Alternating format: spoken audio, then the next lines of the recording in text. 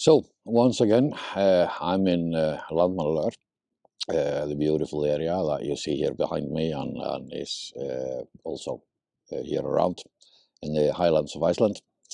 And I decided to do a test on it. Did I make a mistake buying the Osmo Pocket?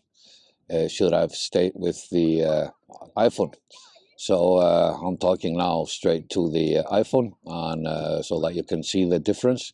But the sound is coming from the mic on the Osmo Pocket. My experience after using it for 2 weeks is this. The Osmo Pocket is a great little gadget, a great camera.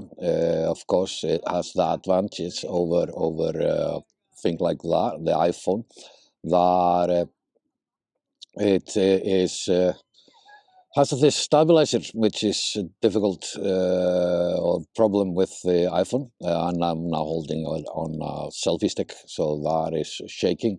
So the that should not be shaking. The problem that I see, one is that I have already lost the wide-angle lens that was came with the package of the Osmo. I have no clue as how I did it. I know that it was in the box or in the shelf that is kept in, and somehow it disappeared. And I've read that others have had the similar experience.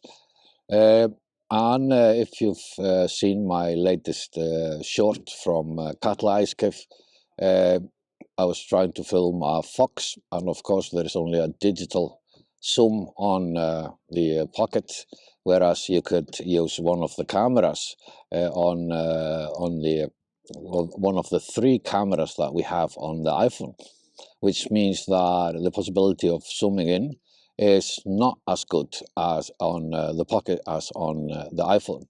There are though settings. The sensor on the Pocket is fantastic. It's easy to use, and it's relatively light to carry with you. The sound is great. I'm actually surprised how good the sound is.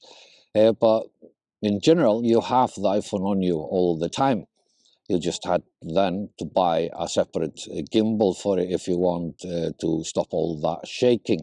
And that means one more extra thing, and usually they are much bigger than what we have here on the Pocket. Moving images to and from the Pocket and dealing with the images is quite fairly simple.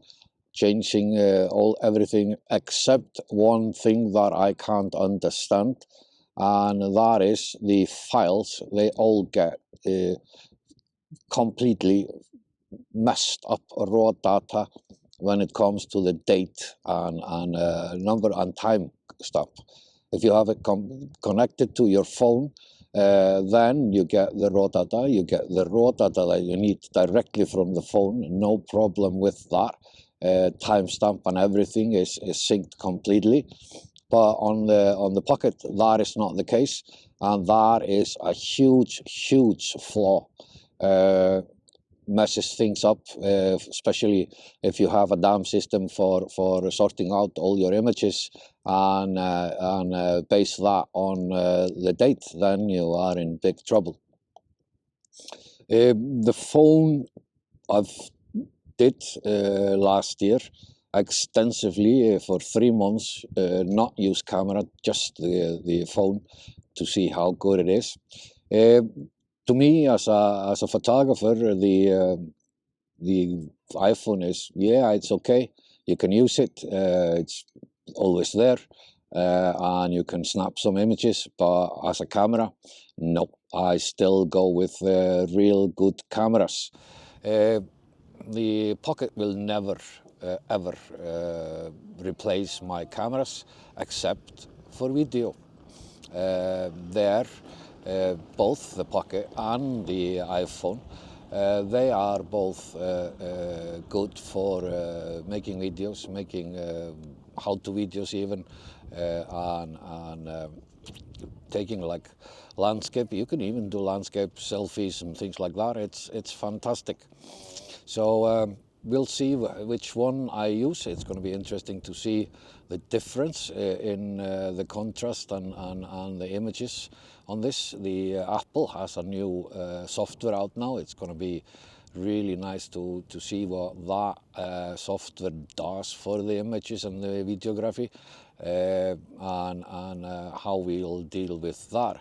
I know already that the Osmo Pocket is actually better than I expected when it comes to video, and I wish that there were like better zoom on it, but you can't have anything. So overall, my first expression is, or impression is, no, I did not waste my money. I'm going to use both of them, both my phone and the Osmo Pocket, and I will in the future make more videos where, for example, the Pocket will help me in making videos about photography and filming me. I'm gonna be the star.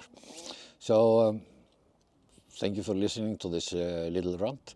If you liked it and it was helpful, then consider hitting the like and subscribe button and giving me some comments. If you have questions, I'll try to answer them, but as I say, I'm a novice with the Osmo Pocket, and don't know that much about the videography with the iPhone either. I'm first and foremost a photographer, but I'm starting to change that. So hit the like and subscribe, and if you didn't like it, still hit it, just for me. See you later.